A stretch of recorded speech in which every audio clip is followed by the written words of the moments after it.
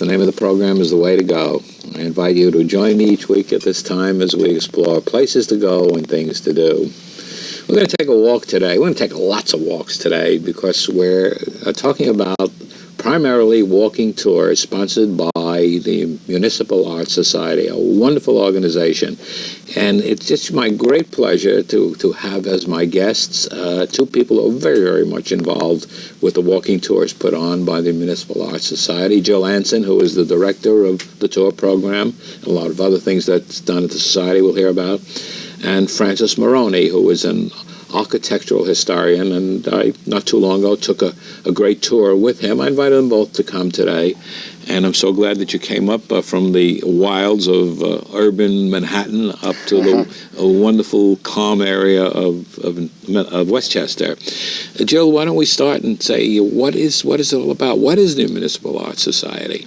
Well, it's been around for over 100 years. It began as an organization to really place art around the city, and it turned soon into an organization that just cared about everything else too, about the buildings and the streets, and then later preserving what was left of the city, which is what we work on a lot now. Yeah, I do see that. I see in so many times that you read in the papers that the Municipal Art Society has taken a position about something or is campaigning for something, really protecting New York City. We worked very hard. We sued the city several times. You sued the city? Do you remember the Columbus Circle Towers about 8 or 9 years ago? Oh, you were involved with that? Yes, were you working for them Municipal then? Art Society. Yes, I was. You're of course, an architectural historian, and what does that mean? What is an architectural historian? Well, an architectural historian is a historian who focuses upon buildings and cities. Architectural history is normally taught as a branch of art history in universities, and most people who call themselves architectural historians are people who have doctorates in architectural history. Columbia and NYU, for example, are two schools that are renowned for their departments of architectural history. I, however, come at it from a slightly different perspective, and it might actually be slightly more accurate to call me an architectural writer rather than a historian. I am a historian, but I came into it through writing. When I was out of school, my academic background is in philosophy and not in art history. But when I came out of school, I began to write upon many subjects, but one of them being architecture, urbanism, and so forth. And before long, had written a very great deal in the area. And it was then that I was asked by the then tour director of the Municipal Art Society, this was before Jill came on the scene, if I would conduct some tours for MAS. And I started to do that, and that was, seems like ages ago. We were the first ones? You did tours for? Yes, the first tours that I ever did were for the Municipal Art Society. But it's interesting that you started as a writer, because I know that you have a book, the Architectural Guidebook to New York City, which is now coming out in a new edition. That's correct. And this is the jacket design for it, and yes. Certainly great and needed. There are so many books on New York City and architecture in New York, and some of them are great, and some of them are not so great. But I have not seen this book, and I'm looking forward to seeing it. Maybe we'll have you back on when the book is out, and we'll talk about what's in the book. That'd be great. Let's talk about the tours, but of course you're responsible for tours, lectures, courses, and of course the Society in its wonderful building, which we'll talk about, does exhibits as well. But the tours themselves, how often do you do tours? Well, I think we're the only ones who do them during the week, which is interesting. As you probably noticed in the Times, there are many on Fridays and Saturdays and Sundays, but we like to do them during the week. So we hope visitors will take them. You do tours almost every day of the week? Yeah. Almost every day of the year. Almost every day of the year. So are we saying that there are enough places to do, that there's enough material in New York City, in neighborhoods, architecture, to do tours? That, of course, you do repeat them. The weekday ones tend to repeat, but the weekend ones we try to make different. Because the weekdays, because you get a lot of out-of-towners. And they're not expensive. You charge $10? Yeah. $10, which is very inexpensive. They run about 2 hours. Or less. How often? How long? Weekday tours tend to be 90 minutes. And the weekend weekend ones are tours longer. tend to be longer, 2 hours. No, the last tour I did with you was Rockefeller Center. It was still winter, and it was supposed to be indoors, right?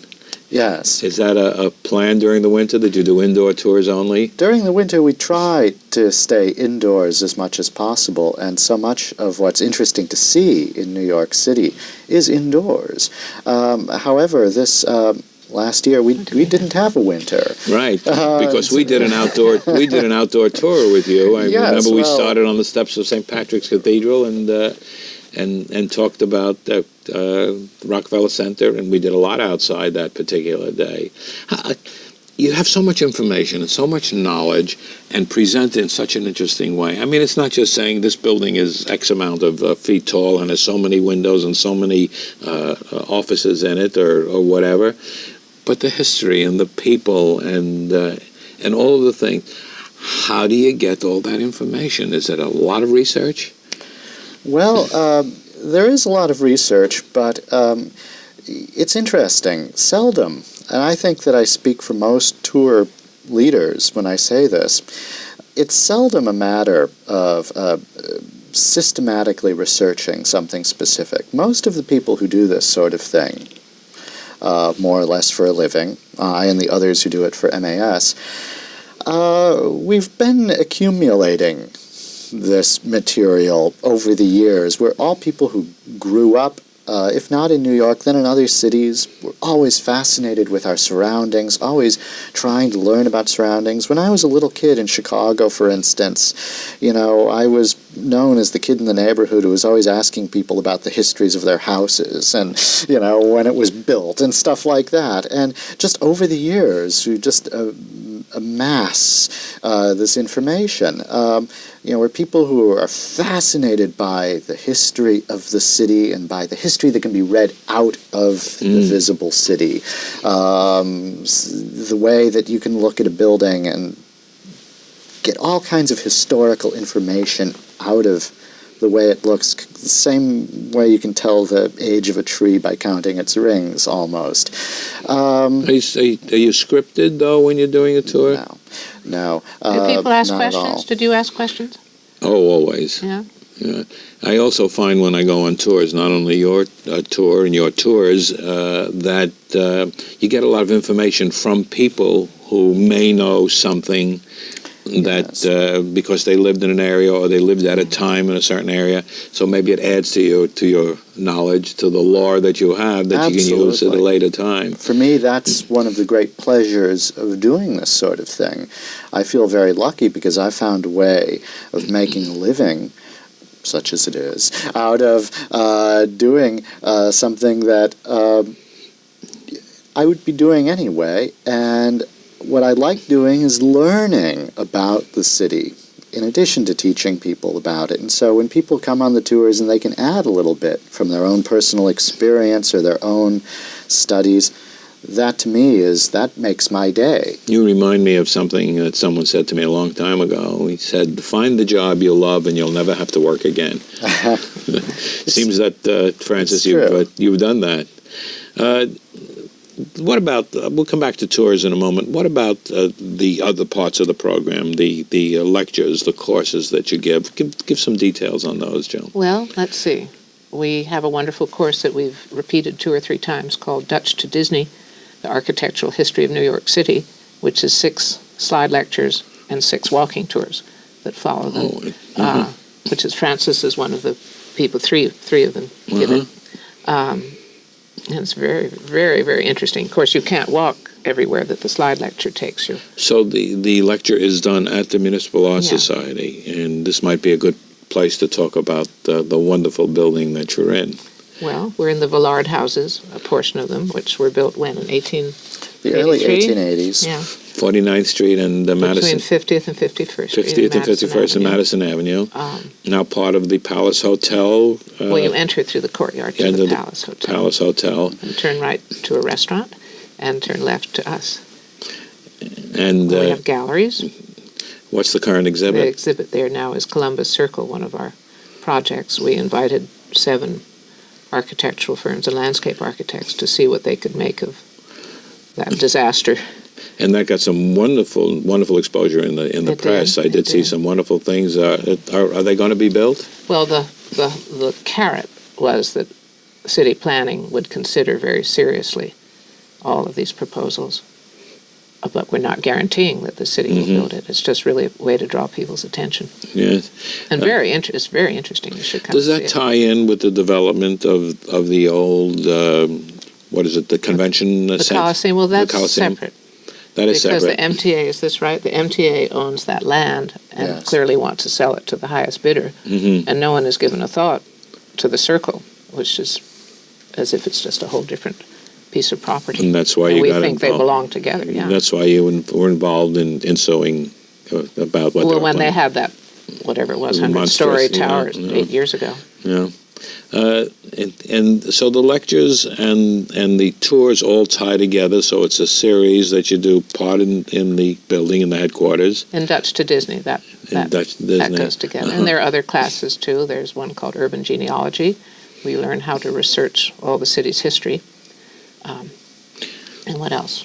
We do lots of things. We do. We do a lot of individual lectures That's right. as well, in addition to the series of lectures. Later this month, for example, I'm going to be doing a slide lecture on the history of St. Patrick's Cathedral, which makes a great deal of sense to do because we can then, right after the lecture, walk directly across Madison Avenue from the Municipal that would Art be Society great. and look at the cathedral itself.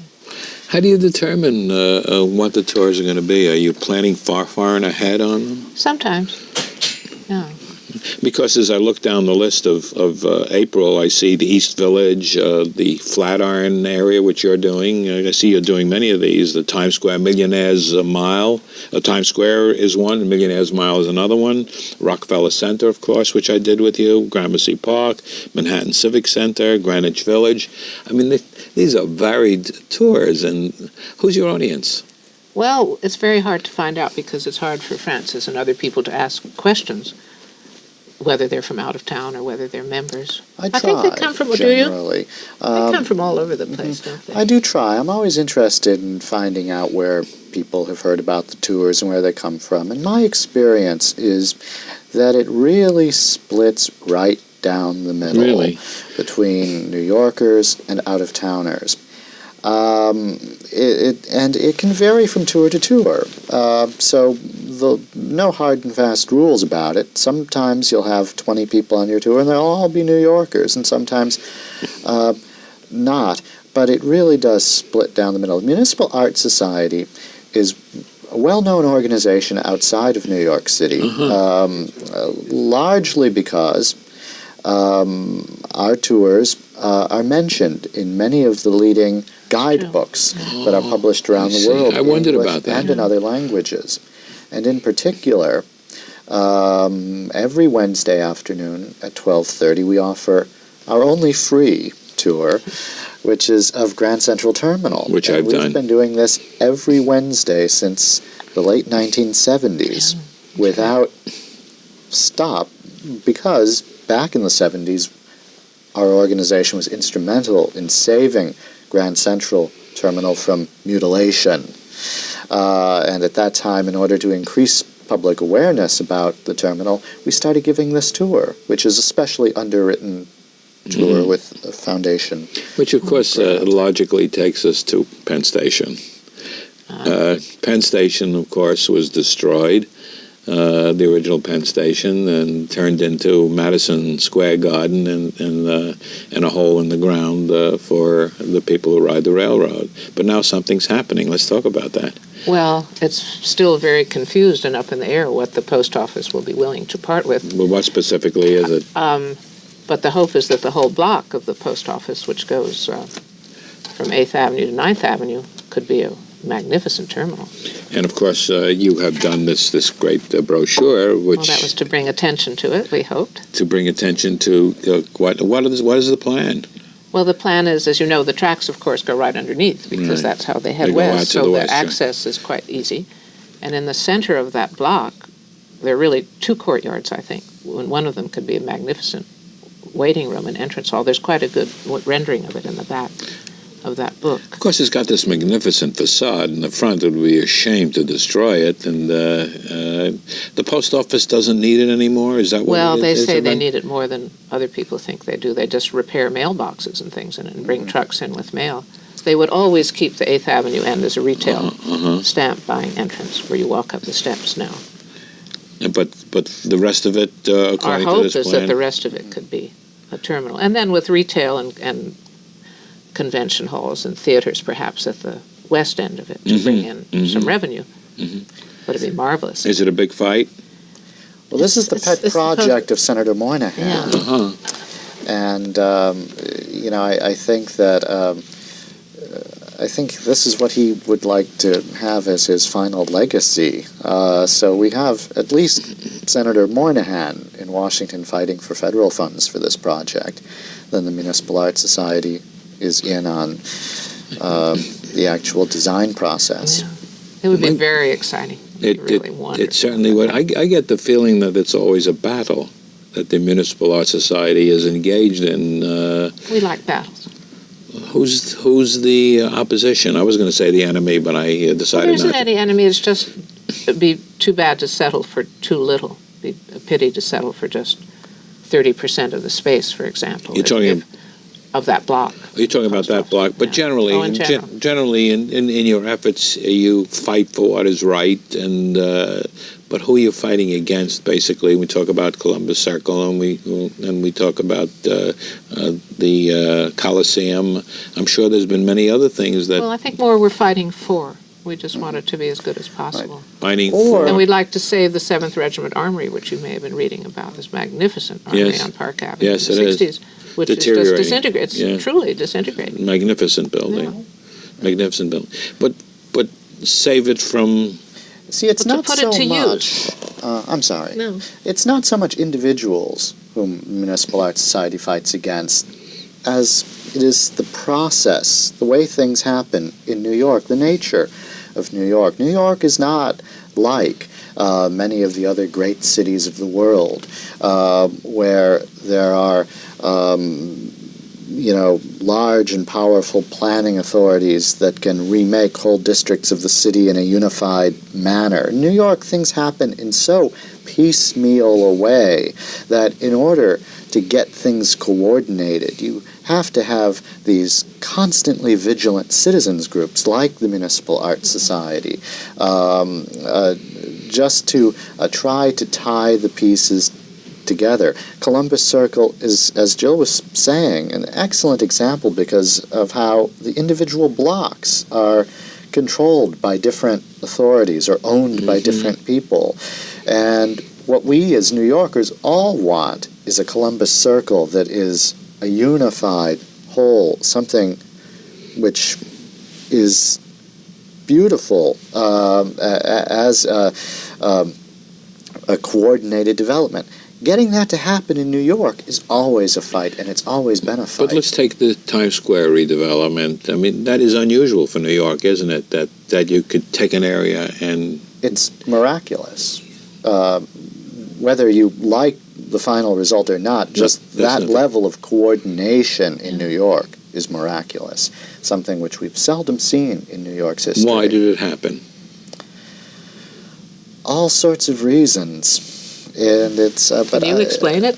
Well, I think that the thing not that easy. gave it its impetus was really something that the Municipal Art Society was closely involved with, and that was the redevelopment of one block near that district on 42nd Street, farther west between 9th and 10th Avenues, a block which is today called Theater Row, which once was one of the worst blocks in Manhattan.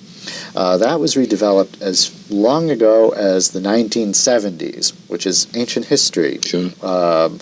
And that was done in a very modest way, but it was so resoundingly successful. And as I say, there was a great deal of Municipal Art Society input in the redevelopment of that one block that it opened New Yorkers' eyes to the possibility of a larger transformation of this very tawdry area. Now, as things have progressed, it's not always been to to the Municipal Art Society's liking or to everybody else's, I think most New Yorkers are glad to see some of the more nefarious functions disappear, the prostitution and the pornography. Few people are actually advocating that sort of thing remain in Times Square.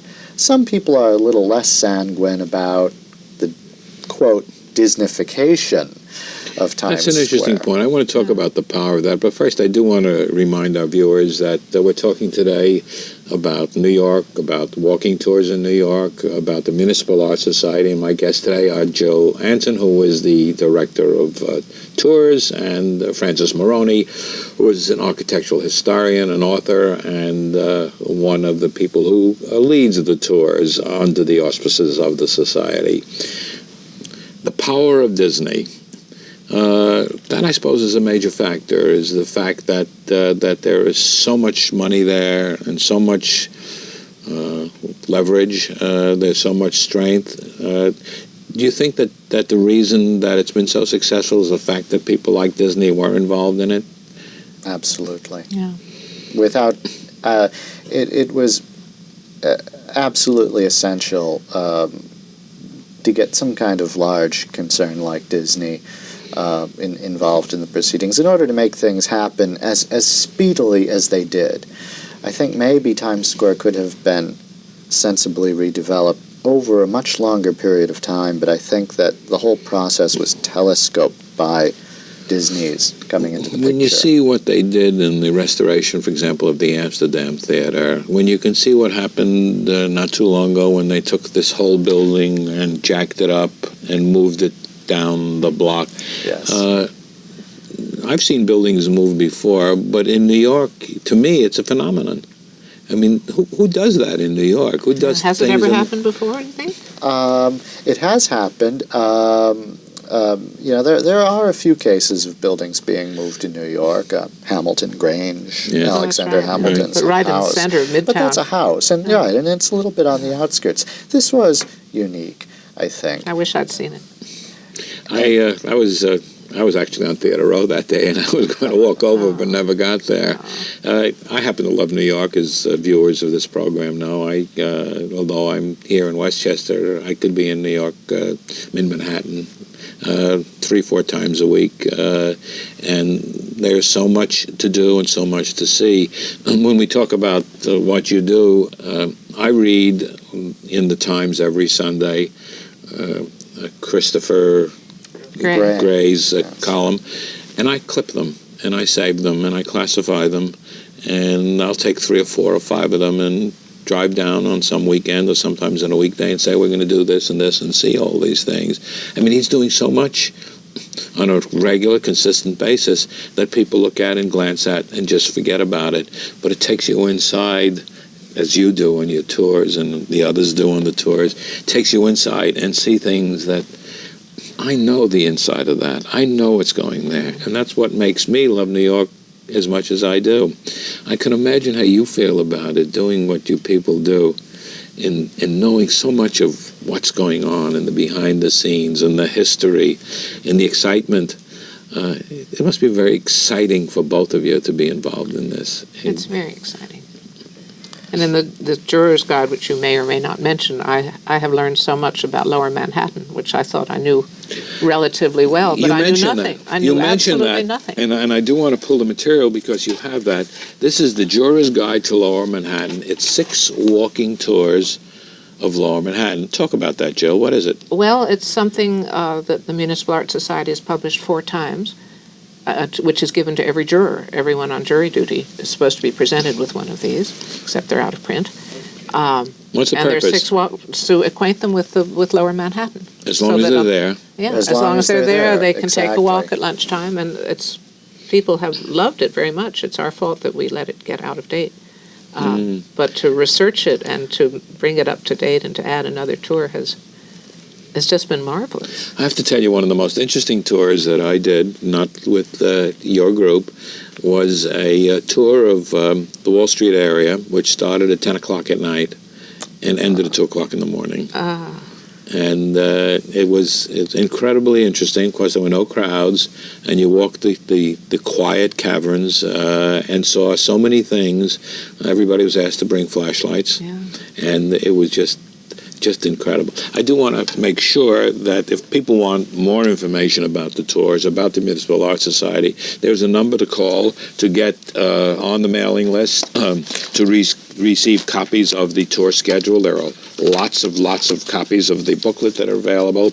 And what is that telephone number? It's 212-935-3960. And we're going to put that on the closing credits. It's 935-3960. Call there, get on the mailing list, find out information. It's very important that people do that.